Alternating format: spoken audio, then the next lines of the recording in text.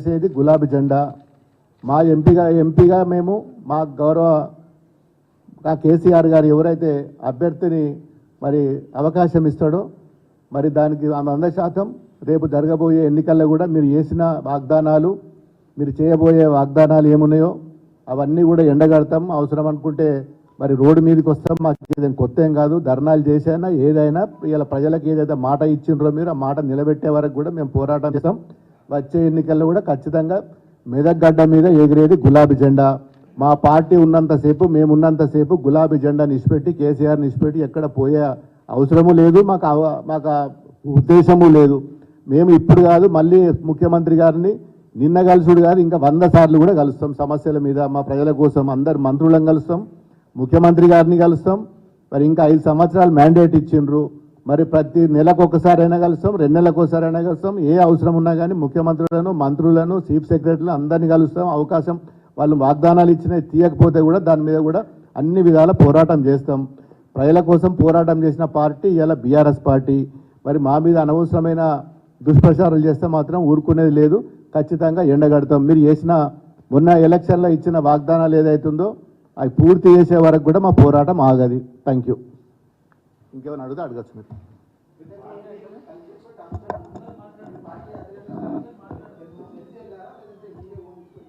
దేనికోసం మా కేసీఆర్ గారు మీద నమ్మకం లేదన్నా? మేము కేసీఆర్ గారు చెప్పిపోవడానికి వాళ్ళ కాంగ్రెస్ పార్టీ లెక్కన బీజేపీ పార్టీ లెక్క కాదు కదా. మా పార్టీ అంటే మాకు లీడర్షిప్ మీద మాకు నమ్మకం ఉంటుంది. మా మీద కూడా మా అధినాయకునికి కూడా మా బాస్కి కూడా నమ్మకం ఉంటుంది.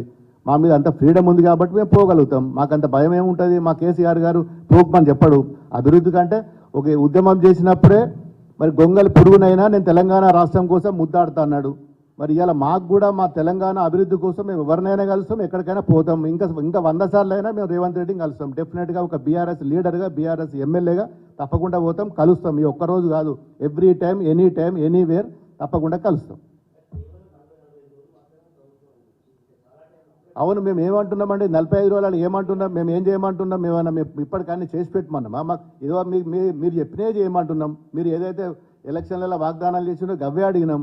మేమన్నా మీకు పైనుంచి తీసుకొచ్చి కింద పెట్టమంటున్నాం? ఏమన్నా మేమేం అడిగినాం? ఏమైనా గవర్నమెంట్ని ఇబ్బంది పెట్టలేదా? గవర్నమెంట్ కోఆపరేట్ చేయలేదా? మేము ఏం తప్పు చేసినాం? ఎక్కడ చేసినాం? చెయ్యం కూడా. మేము ఎక్కడ కూడా చెయ్యం. బాజాబ్తా యాజ్ పర్ నామ్స్ ప్రకారం, యాజ్ పర్ ప్రోటోకాల్ ప్రకారం మీరు ఇచ్చిన వాగ్దానాల ప్రకారమే మేము అడుగుతాం తప్ప ఎక్కడ కూడా మేము డీవియేషన్ కాము. ఎక్కడ కూడా మేము దాన్ని ఒక లైన్ తప్పి మేము పోయే పరిస్థితి ఉండదు. మాది డెవలప్మెంట్లో కానీ, పార్టీ పరంగా కానీ ఏ విషయంలో కూడా 100% మాది ఒక విజన్ ఉంటుంది. ఆ విజన్ ప్రకారం మా బాస్ ఏదైతే చెప్పిండో మా బాస్ డైరెక్షన్లో మేము పనిచేస్తాం. ఇది బీఆర్ఎస్ సిద్ధాంతము. బీఆర్ఎస్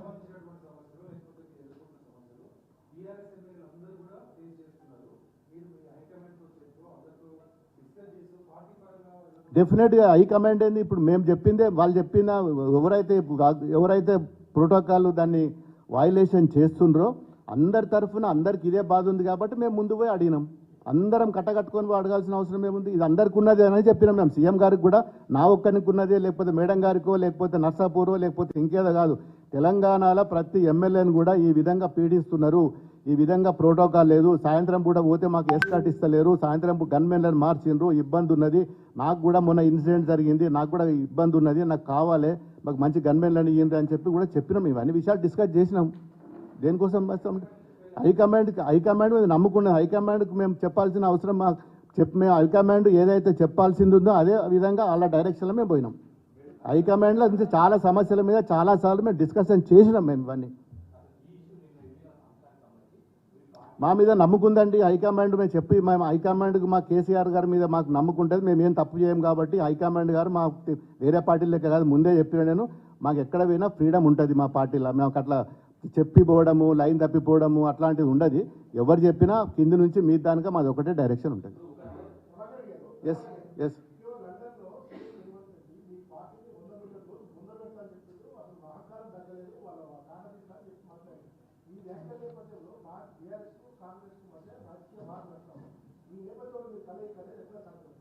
ఇది ఇట్లాంటి బొందవెట్టుట్లు, ఇట్లాంటి నరుకుడు, ఇట్లాంటి కూర్చుడు ఇవన్నీ చాలాసార్లు మాట్లాడినరు. అది వాళ్ళ విజ్ఞతకే వదిలేస్తున్నాము. ప్రజలు అన్ని గమనిస్తున్నారు. ఎవరికి ఏమున్నది, ఎవరికి ఏ విజ్ఞత ఉన్నది, ఎవరిని బొంద పెడతారు, ఏది చేస్తారు, రేపు వచ్చే పార్లమెంట్ ఎలక్షన్లో కూడా మేము తెలుసుకుంటాము.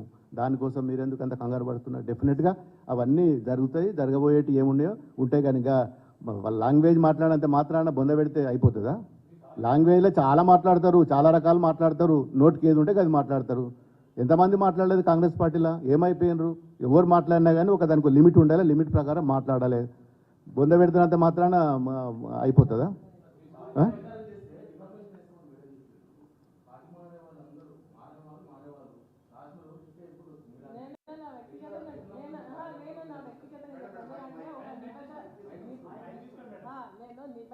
ఒక నాయకురాలుగా ఇక్కడున్నా కూడా మాకు గౌరవానికి అప్రతిష్ట పాలు చేసేటువంటి కార్యక్రమాలు ఎవరు చేసినా మేము డిఫర్మేషన్కి పోతా అని చెప్పినాను. నేను నా సొంతంగా చెప్తాను. ఎందుకంటే నేను ఇంతవరకు కూడా ఒక పార్టీకి క్రమశిక్షణ గల కార్యకర్తలాగా ఒక నాయకురాలుగానే పనిచేసినాను. ఇందులో ఉన్నా కూడా నాయకత్వం పైన నమ్మకంతో పనిచేస్తున్నాము. కానీ ఈరోజు ఏంటంటే కావాలని మమ్మల్ని అప్రతిష్ట పాలు చేయడానికి ఈ విధంగా ఆరోపణలు మా పైన చేస్తున్నారన్న విషయాన్ని నేను స్పష్టంగా చెప్తాను. ఇప్పుడు నేను వచ్చేటప్పుడు కూడా టీవీ9లో స్క్రోలింగ్ చూస్తాను. ఏంటంటే పార్టీ మా పైన సీరియస్ అని ఉందని, మేము వివరణ ఇస్తందుకు వస్తున్నామని. పార్టీ మా పైన సీరియస్ ఎందుకైతే మా పార్టీ నాయకులు మా పైన నమ్మకం ఉంది. మీరు అడిగి వెళ్ళిందా అంటే మా పార్టీకి మా పైన నమ్మకం ఉంది, మాకు మా పార్టీ పైన గౌరవం ఉంది. కేసీఆర్ గారి నాయకత్వంలో పనిచేస్తామని 2 రోజుల కింద జరిగినటువంటి సమావేశంలో అయిన తర్వాత నేను ఇక్కడ స్పష్టంగా మాట్లాడడం జరిగింది. ఇప్పుడు నియోజకవర్గ అభివృద్ధి కోసం వెళ్తాం, మాట్లాడతాం. నిన్న జరిగినటువంటి ఇష్యూ ప్రోటోకాల్ ఇంతకుముందు చాలా వరకు మాకు ఇబ్బందులు జరుగుతాయని ఎస్కాట్స్లో పైలటింగ్ ఇస్తలేరు, కాంగ్రెస్ పార్టీకి సంబంధించిన వాళ్ళకి ఇస్తున్నారు. అదేవిధంగా మన ప్రభాకర్ గారు కూడా ఏంటంటే తనకి స్టాపింగ్ జరిగింది కాబట్టి ఇంకొకరు అడిషనల్గా గన్మెన్ కావాలి అని చెప్పేసి అక్కడ అడగడం జరిగింది. సో ఇవన్నీ కూడా వారితో సేమ్ శ్వేదర్ రెడ్డి గారితో మాట్లాడిందే అక్కడ కూడా మాట్లాడడం జరిగింది. మేము అనేది ఏంటంటే అనవసరంగా దీన్ని రాజకీయం చేయొద్దు, మాకు రాజకీయ విలువలు ఉన్నాయి, మమ్మల్ని అప్రతిష్ఠిపాలు చేయొద్దు.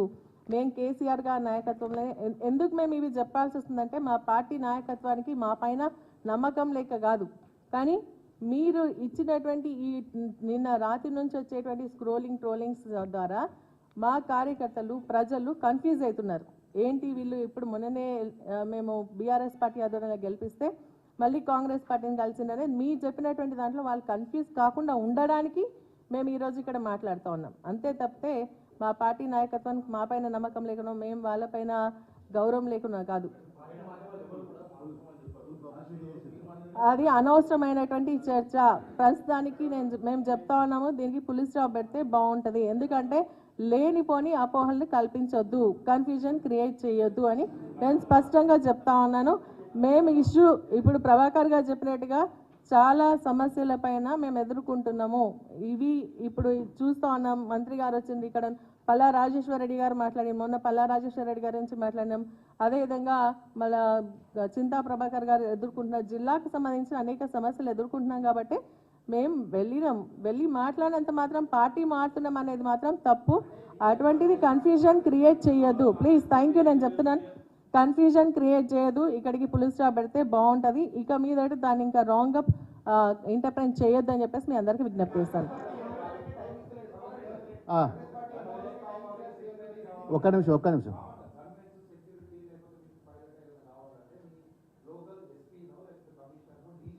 యా అదే చెప్తున్నా, అక్కడి వరకే వస్తుంది. నేను శివధర్ రెడ్డి దగ్గరికి పోయినాం. ఫస్ట్ మేము ఐజీ ఇంటెలిజెన్స్ అక్కడికి పోయి జనరల్గా పోయి కలిసినాము.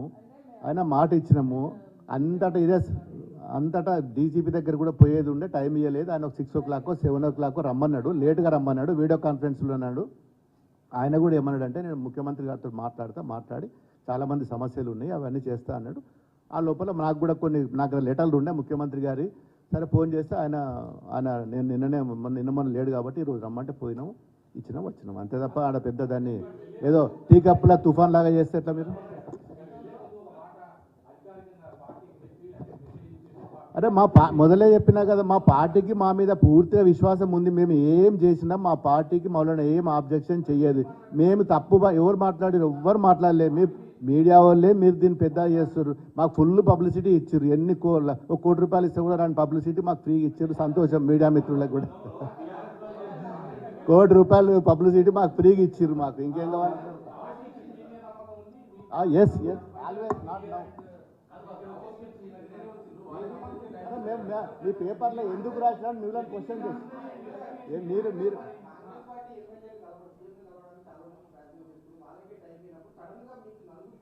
మరి అది మీరు సీఎం రేవంత్ రెడ్డి గారిని అడుగురు, మాకు అడిగితే ఎట్లా మీరు? మాకేం సంబంధం అది? ఆయనే అడుగుంటారు. ఆయన నా కొలీగు, ఇంతకుముందు 5 ఏళ్ళు మేము అక్కడ పనిచేసినాము, ఆయన కూడా అయితే ఎంపీ ఉన్నాడు, మేము కూడా ఎంపీగా మేము పనిచేసినాము, అడిగినాము. ఈ సమస్యల రోజు మేము ఢిల్లీలో కూర్చున్నప్పుడు రోజు మాట్లాడతాం.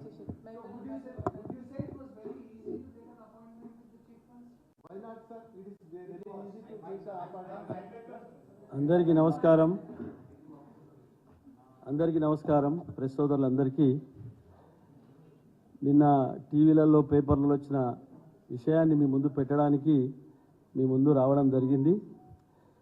నిన్న రేవంత్ రెడ్డి గారిని ఇంటెలిజెన్సీ చీఫ్ని గిట్ట కలవడం జరిగింది. లోకల్గా జరుగుతున్నటువంటి ఒక సమస్యలు, ప్రోటోకాల్ విషయమో కానీ, సెక్యూరిటీ విషయమో కానీ, అక్కడ జరిగే విషయాలన్నీ ఎస్పీకి కలిసినాం, కలెక్టర్ కలిసినాం.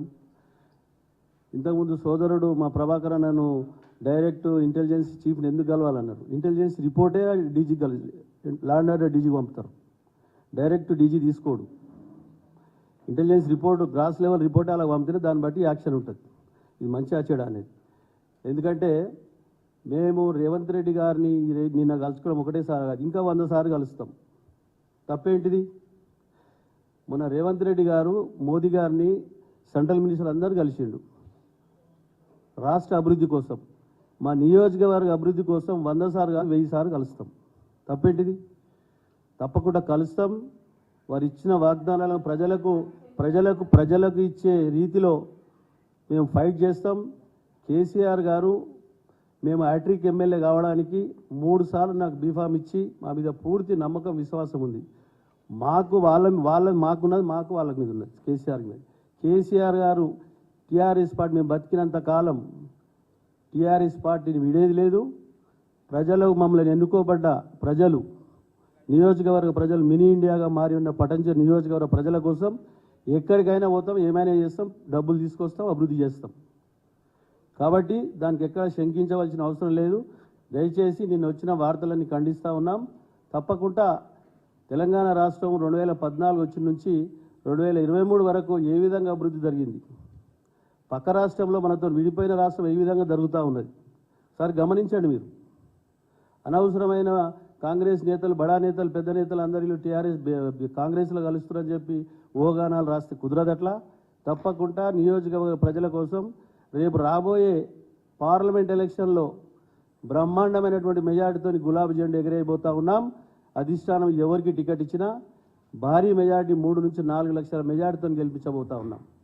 ఎందుకంటే కేసీఆర్ గారు సిద్దిపేట ముద్దుబిడ్డ, సిద్దిపేటకి వెళ్ళి రాజీనామా చేసి ఈరోజు రాష్ట్రాన్ని, తెలంగాణ రాష్ట్రం చనిపోయే రీతిలో వరకు వెళ్ళి దీక్ష చేసి ఈరోజు ముఖ్యమంత్రి గారు తెలంగాణ సాధించిన తర్వాత తెలంగాణ రాష్ట్రంలో ఉన్న సంక్షేమ పథకాలు, అభివృద్ధి జోడు గుర్రాలాగా ఈ 10 సంవత్సరాలు ముందుకు తీసుకుపోయిన సంగతి మర్చిపోలేరు జనం.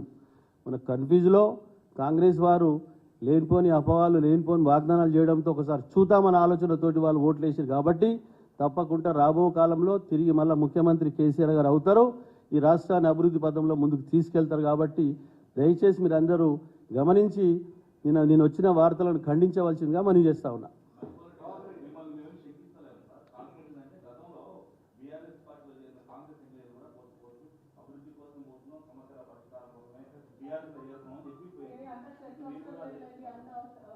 చెప్తా నేను వాళ్ళ బ్రదర్ వాళ్ళు ఒకసారి సీఎం దగ్గరికి వచ్చి కాదు, డైరెక్ట్గా వాళ్ళందరూ ముక్కుముడిగా కట్టకట్టుకొని వచ్చి బీఆర్ఎస్ పార్టీలో కలిసిరు. మేము అభివృద్ధి కోసం నిన్న జరుగుతున్న కాన్స్టిట్యున్సీ లోపల జరుగుతున్న ఇష్యూస్ల గురించి ఇంటెలిజెన్స్ చీఫ్ని కలిసినాం, ముఖ్యమంత్రిని కలిసినాం. కలిసిన తర్వాత ఒక్కసారి కాదు 1000 సార్లు కలుస్తాం. తప్పేంటిది అంటున్నాం. మేము తప్పు ఏమి లేదు. నియోజకవర్గ ప్రజలు మమ్మల్ని ఎన్నుకోబడ్డది 3 సార్లు ఎన్నుకోబడ్డారు. మాకు ఒక మినీ ఇండియాగా మారున్నారు. వాళ్ళ సమస్యలు పరిష్కరించాలన్నా వద్దా? సీఎం గారు ఏమన్నారు, మాకు ముఖ్యమంత్రి గారు పటంచెరు వచ్చినప్పుడు పాలిటెక్నిక్ ఇచ్చిండు, జీవో ఇచ్చిరు, రెవెన్యూ డివిజన్ ఇచ్చిరు, జీవో వచ్చింది, సబ్ రిజిస్ట్రార్ ఇచ్చిరు, జీవో వచ్చింది. అవన్నీ అమలు చేయమంటున్నాం. తప్పకుండా చూసి చేస్తాను మాట ఇచ్చిండు. ఏం లే జరాగండి. బట్టి విక్రమార్క కలవలేరా? ఎవరు కలవలేదు చెప్పండి? అందరు కలిసిరు. కోమటిరెడ్డి వెంకటరెడ్డి కలిసిండు, రాజగోపాల్ రెడ్డి కలిసిరు, అందరు కలిసిరు. వాళ్ళు ఉన్నప్పుడు వాళ్ళు కలుస్తారు, మనం కలుస్తాం. కలుస్తావా? మాట్లాడతాం.